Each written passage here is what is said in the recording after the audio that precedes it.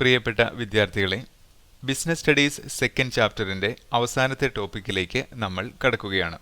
ഇന്ന് നമ്മൾ പഠിക്കുന്നത് 7 techniques of scientific management by FW Taylor, അഥവാ ശാസ്ത്രീയ മാനേജ്മെൻറ്റിൻ്റെ 7 ടെക്നിക്കുകൾ. എല്ലാവർക്കും ക്ലാസ്സിലേക്ക് സ്വാഗതം. FW ടൈലറിൻ്റെ ടെക്നിക്സ് ഓഫ് സയൻറ്റിഫിക് മാനേജ്മെൻറ്റ് ഇവയൊക്കെയാണ്. 1. Functional foremanship. 2. Standardisation and simplification of work. നിലവാരവൽക്കരണവും ലളിതവൽക്കരണവും. 3rd one മെത്തേഡ് സ്റ്റഡി അഥവാ രീതി പഠനം. 4th one മോഷൻ സ്റ്റഡി അഥവാ ചലന പഠനം. 5th one ടൈം സ്റ്റഡി അഥവാ സമയ പഠനം. 6th one ഫറ്റീഗ് സ്റ്റഡി അഥവാ ക്ഷീണ പഠനം. And the last one is differential piece rate plan. ഇനി നമുക്ക് ഇവയോരോന്നും വിശദമായി പഠിക്കാം. ഒന്നാമത്തേതും ഏറ്റവും പ്രധാനപ്പെട്ടതുമായ ടെക്നിക് ആണ് ഫങ്ഷണൽ ഫോർമാൻഷിപ്പ്. ഫങ്ഷണൽ ഫോർമാൻഷിപ്പ് എന്ന സംവിധാനത്തിൽ ഓരോ തൊഴിലാളിയെയും ഒന്നിലധികം ഫോർമാൻമാർ നിയന്ത്രിക്കുന്നു. കൃത്യമായി പറഞ്ഞാൽ ഓരോ തൊഴിലാളിയും 8 ഫോർമാൻമാരാൽ നിയന്ത്രിക്കപ്പെടുന്നു. ഫോർമാൻ അഥവാ സൂപ്പർവൈസർ ഏറ്റവും ലോവർ ലെവലിലുള്ള മാനേജർ ആണെന്ന കാര്യം നമ്മൾ മുമ്പ് പഠിച്ചിട്ടുള്ളതാണ്. ഫങ്ഷണൽ ഫോർമാൻഷിപ്പ് നമുക്ക് വിശദമായി പഠിക്കാം. FW ടൈലറിൻ്റെ ആശയം അനുസരിച്ച് ഫാക്ടറിയെ 2ആയി തിരിക്കുന്നു: planning department and production department. അതായത് ഫാക്ടറി മാനേജർക്ക് കീഴിൽ ഒരു പ്ലാനിംഗ് ഇൻചാർജും പ്രൊഡക്ഷൻ ഇൻചാർജും ഉണ്ടാവും. ഇരു ഡിപ്പാർട്ട്മെൻറ്റിലും 4 വീതം സൂപ്പർവൈസർമാർ അഥവാ ഫോർമാൻമാർ ഉണ്ടാവും. അതായത് പ്ലാനിംഗ് ഇൻചാർജിൻ്റെ കീഴിൽ instruction card clerk, route clerk, time and cost clerk, disciplinarian എന്നീ 4 ഫോർമാൻമാരുണ്ട്. അതുപോലെ തന്നെ പ്രൊഡക്ഷൻ ഇൻചാർജിൻ്റെ കീഴിൽ gang boss, speed boss, repair boss, inspector എന്നീ 4 ഫോർമാൻമാരുണ്ടാവും. ഓരോ ഫോർമാൻമാർക്കും കൃത്യമായ ഡ്യൂട്ടികളുണ്ട്. അത് നമുക്ക് പിന്നീട് പഠിക്കാം. ഈ 8 പേരും തൊഴിലാളികൾക്ക് വേണ്ട നിർദ്ദേശങ്ങൾ നൽകുന്നു. ഈ സംവിധാനത്തിൻ്റെ പേരാണ് functional foremanship. Functional foremanship. The factory is divided into 2 functional areas: planning department and production department. ഫാക്ടറിയെ നമ്മൾ പ്ലാനിംഗ് ഡിപ്പാർട്ട്മെൻ്റ് എന്നും പ്രൊഡക്ഷൻ ഡിപ്പാർട്ട്മെൻ്റ് എന്നും 2ആയിട്ട് തിരിക്കുന്നു. That means under the factory manager there is a planning in charge and a production in charge. എന്ന് വെച്ചാൽ factory മാനേജർക്ക് കീഴിൽ ഒരു planning ഇൻചാർജും ഒരു പ്രൊഡക്ഷൻ ഇൻചാർജും ഉണ്ടാവും. There are 8 foremen working under them as supervisors, 4 of them responsible for planning the work and the other 4 of them responsible for execution of the work. 2 ഡിപ്പാർട്ട്മെൻറ്റിലുമായി 8 ഫോർമാൻമാർ പ്രവർത്തിക്കുന്നുണ്ട്. അതിൽ 4 പേർ പ്ലാനിങ്ങുമായി ബന്ധപ്പെട്ട് പ്രവർത്തിക്കുമ്പോൾ മറ്റ് 4 പേർ പ്രൊഡക്ഷനുമായി ബന്ധപ്പെട്ടാണ് പ്രവർത്തിക്കുന്നത്.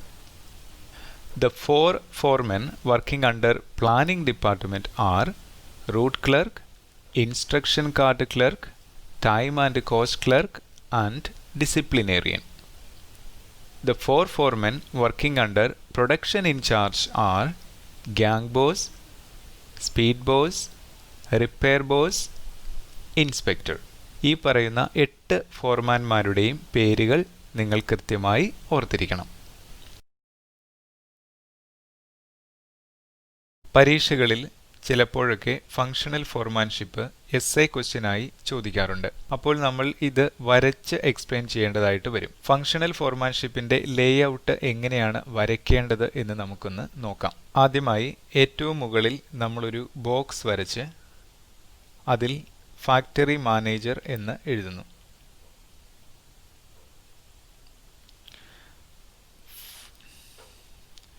ഫാക്ടറി മാനേജറുടെ കീഴിൽ നമ്മൾ രണ്ട് ഡിപ്പാർട്ട്മെൻറ്റുകളായി തിരിച്ച് രണ്ട് ബോക്സുകളിലായി പ്ലാനിംഗ് ഇൻചാർജ്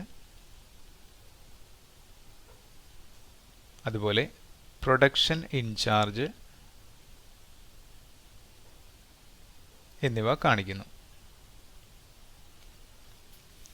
അതിനുശേഷം പ്ലാനിംഗ് ഇൻചാർജിൻ്റെ കീഴിൽ നമ്മൾ 4 ബോക്സുകൾ വരയ്ക്കണം.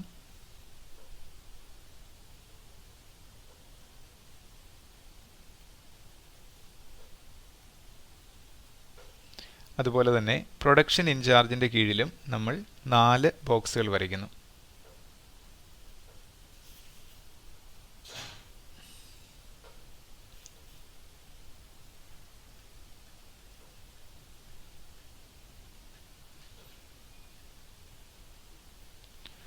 ഓരോ ബോക്സുകൾക്ക് ഉള്ളിലും അതാത് ഫോർമാൻമാരുടെ പേരുകൾ കൃത്യമായി എഴുതുക.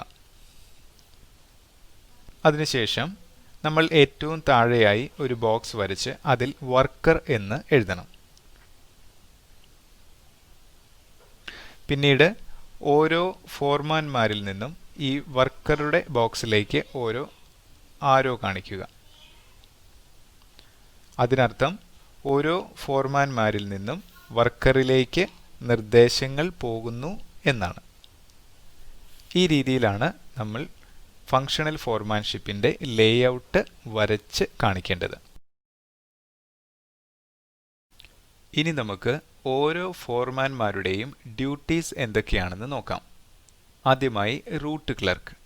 Root clerk determines the sequence of factory work. ഓരോ പ്രവർത്തനങ്ങളുടെയും ക്രമം അഥവാ ഓർഡർ നിശ്ചയിക്കുന്ന ആളാണ് root clerk.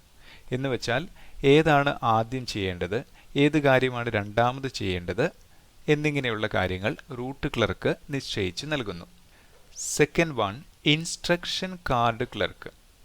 He gives necessary instruction four work. പേര് സൂചിപ്പിക്കുന്നത് പോലെ തന്നെ ജോലിക്കാർക്ക് ആവശ്യമായ നിർദ്ദേശങ്ങൾ നൽകുന്നയാളാണ് ഇൻസ്ട്രക്ഷൻ കാർഡ് ക്ലർക്ക്. മൂന്നാമത്തെ ആള് ടൈം ആൻഡ് കോസ്റ്റ് ക്ലർക്ക്.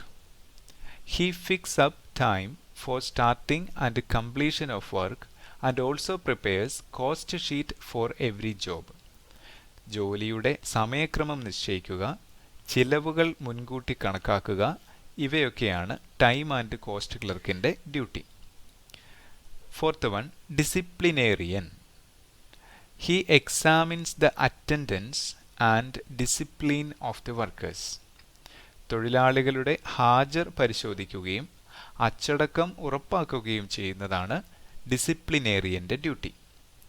ഇനി നമുക്ക് പ്രൊഡക്ഷൻ ഡിപ്പാർട്ട്മെൻറ്റിൽ ആരൊക്കെയാണുള്ളതെന്ന് നോക്കാം. First one, gang boss.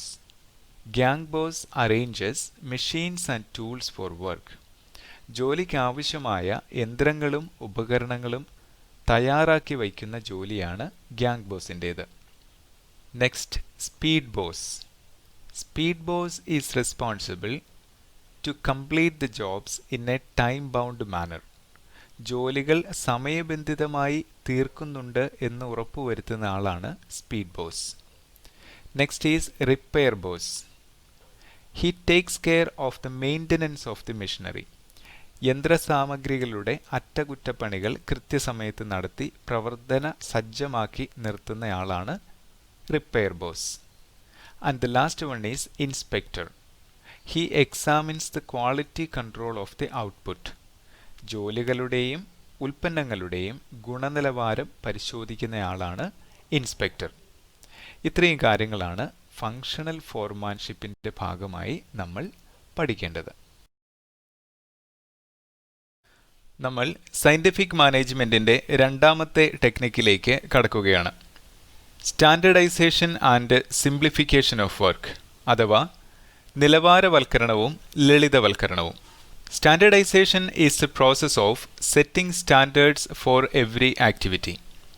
എല്ലാ കാര്യങ്ങൾക്കും മുൻകൂട്ടി ഒരു നിലവാരം നിശ്ചയിക്കുന്ന രീതിയാണിത്. എല്ലാ കാര്യങ്ങൾക്കും എന്ന് പറയുമ്പോൾ റോ മെറ്റീരിയൽസിനും ഉൽപ്പന്നങ്ങൾക്കും യന്ത്രസാമഗ്രികൾക്കും തൊഴിലാളികൾക്കും തൊഴിൽ സൗകര്യങ്ങൾക്കും എല്ലാം മുൻകൂട്ടി ഒരു നിലവാരം നിശ്ചയിക്കുന്നു. ഇങ്ങനെ ചെയ്യുന്നതിലൂടെ ഉൽപാദന ചെലവ് കുറച്ച് ഉൽപ്പന്നങ്ങളുടെ നിലവാരം ഉറപ്പുവരുത്തുവാനും സാധിക്കും. ഇനി രണ്ടാമത്തെ പോയിന്റിന്റെ തന്നെ ഭാഗമായ സിംപ്ലിഫിക്കേഷൻ അഥവാ ലളിതവൽക്കരണം എന്താണെന്ന് നോക്കാം. Simplification is the process of reducing the number of types and varieties of products. കണ്ടമാനം വെറൈറ്റി പ്രൊഡക്ട്സ് നിർമ്മിക്കാതെ ഏതാനും ഉൽപ്പന്നങ്ങളിൽ മാത്രം ശ്രദ്ധ കേന്ദ്രീകരിക്കുന്ന രീതിയാണിത്. ഇതുവഴി ചെലവ് ചുരുക്കി കാര്യക്ഷമത വർദ്ധിപ്പിക്കുവാൻ കഴിയും. മൂന്നാമത്തെ ടെക്നിക് ആണ് മെത്തേഡ് സ്റ്റഡി അഥവാ രീതി പഠനം. മെത്തേഡ് സ്റ്റഡി എന്ന് പറയുന്നത് ഓരോ ജോലിയും ചെയ്യുന്നതിനുള്ള ഏറ്റവും എളുപ്പമുള്ള മെത്തേഡ് അല്ലെങ്കിൽ രീതി കണ്ടുപിടിക്കലാണ്. ഒരു ജോലി നമുക്ക് പല രീതിയിൽ ചെയ്യാം. അവയിൽ ഏറ്റവും ചെലവ് കുറഞ്ഞതും സമയലാഭമുള്ളതുമായ രീതി കണ്ടെത്തുന്നതിനാണ് മെത്തേഡ് സ്റ്റഡി എന്ന് പറയുന്നത്. അസംബ്ലി ലൈൻ എന്ന ആശയം FW ടൈലർ അവതരിപ്പിച്ചത് അദ്ദേഹം നടത്തിയ മെത്തേഡ് സ്റ്റഡിയെ അടിസ്ഥാനപ്പെടുത്തിയാണ്. നാലാമത്തെ ടെക്നിക്കാണ് മോഷൻ സ്റ്റഡി അഥവാ ചലന പഠനം. The study of movement of workers and machinery connected with completing a job is called motion study. ഒരു ജോലിയുമായി ബന്ധപ്പെട്ട് തൊഴിലാളികളുടെയും ഉപകരണങ്ങളുടെയും ചലനങ്ങളെക്കുറിച്ചുള്ള പഠനമാണിത്. തൊഴിലാളികളുടെ അനാവശ്യ ചലനങ്ങൾ അൺനെസസറി മൂവ്മെന്റ്സ് ഒഴിവാക്കുന്ന രീതിയിൽ കാര്യങ്ങൾ ക്രമീകരിക്കണമെന്നാണ് FW ടൈലർ പറയുന്നത്. നെക്സ്റ്റ് വൺ ടൈം സ്റ്റഡി അഥവാ സമയപഠനം. Time study helps to find out and record the time necessary to complete a job. ഓരോ പ്രവൃത്തിയുടെയും ഓരോ ഭാഗവും ശരിയായി നിർവഹിക്കുന്നതിന് ആവശ്യമായി വരുന്ന സമയം എത്രയെന്ന് കണ്ടുപിടിച്ച് രേഖപ്പെടുത്തുന്ന പ്രക്രിയയാണിത്. ഓരോ ജോലിക്കും വേണ്ട സമയം എത്രയെന്ന് മുൻകൂട്ടി നിർണ്ണയിക്കുകയാണ് ടൈം സ്റ്റഡിയുടെ ലക്ഷ്യം.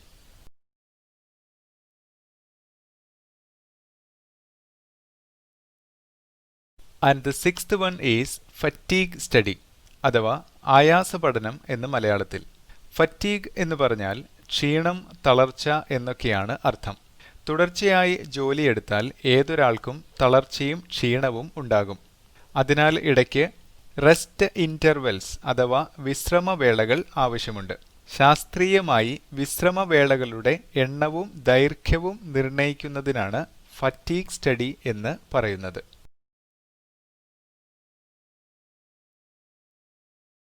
നമ്മൾ ഇപ്പോൾ 4 പഠനങ്ങൾ ചർച്ച ചെയ്യുകയുണ്ടായി. Method study, motion study, time study and fatigue study. ഇവ 4ഉം ചേർത്ത് വർക്ക് സ്റ്റഡി അഥവാ തൊഴിൽ പഠനം എന്ന് പറയാറുണ്ട്. അങ്ങനെ നമ്മൾ അവസാനത്തെ ടെക്നിക്കിലേക്ക് എത്തുകയാണ്.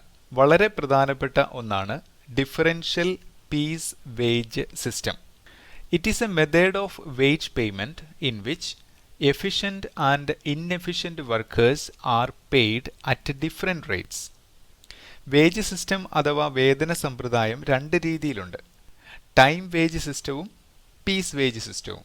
ടൈം വേജ് എന്ന് പറഞ്ഞാൽ ജോലി ചെയ്ത സമയത്തിനനുസരിച്ച് കൂലി നൽകുന്നു. ദിവസവേതനം, ആഴ്ചവേതനം, മാസശമ്പളം എന്നിങ്ങനെ. എന്നാൽ പീസ് വേജ് സിസ്റ്റം എന്ന് പറഞ്ഞാൽ ഓരോ തൊഴിലാളിയും നിർമ്മിച്ച ഉൽപ്പന്നങ്ങളുടെ എണ്ണത്തിനനുസരിച്ച് കൂലി നൽകുന്നു. ഉദാഹരണത്തിന് ഒരു ഷർട്ട് തയ്ച്ചാൽ 200 രൂപ. ഡിഫറൻഷ്യൽ പീസ് വേജ് സിസ്റ്റം തൊഴിലാളികളുടെ മികവിനനുസരിച്ച് കൂലിയുടെ നിരക്ക് നിശ്ചയിക്കുന്ന രീതിയാണ്. മുൻകൂട്ടി ഒരു ടാർഗറ്റ് അല്ലെങ്കിൽ സ്റ്റാൻഡേർഡ് നിശ്ചയിക്കുകയും ടാർഗറ്റിൽ എത്തുന്നവർക്ക് കൂടിയ നിരക്കിലും എത്താത്തവർക്ക് കുറഞ്ഞ നിരക്കിലും വേതനം നൽകുന്നു. ഉദാഹരണത്തിന് ദിവസം 5 ഷർട്ടോ അതിൽ കൂടുതലോ തയ്ക്കുന്നയാൾക്ക് ഒരു ഷർട്ടിന് 200 രൂപ നിരക്കിലും 5 ഷർട്ടിൽ താഴെ നിർമ്മിക്കുന്ന ആൾക്ക് ഷർട്ടൊന്നിന് 150 രൂപ നിരക്കിലും നൽകുന്നു. തൊഴിലാളികളെ വേഗത്തിൽ ജോലി ചെയ്യാൻ പ്രോത്സാഹിപ്പിക്കുന്ന ഒരു സമ്പ്രദായമാണ് differential piece wage plan. Under differential piece rate system, higher wages are given to those who produce above the stipulated standard and lower wages to those who fall short of the standard. Chapter 2 ഇവിടെ അവസാനിക്കുകയാണ്. ഈ ചാപ്റ്ററിൽ നമ്മൾ പഠിച്ചത് principles of management എന്താണ്, Henry ഫയോളിന്റെ 14 principles ഏതൊക്കെയാണ്, FW ടേലറുടെ 4 principles ഏതൊക്കെയാണ്, കൂടാതെ 7 ടെക്നിക്സ് ഓഫ് സയന്റിഫിക് മാനേജ്മെന്റ് തുടങ്ങിയ കാര്യങ്ങളാണ്. ക്ലാസ്സിൽ പറഞ്ഞ കാര്യങ്ങൾ എല്ലാവർക്കും മനസ്സിലായി എന്ന് വിശ്വസിക്കുന്നു. ക്ലാസ്സിൽ പങ്കെടുത്ത എല്ലാവർക്കും നന്ദി.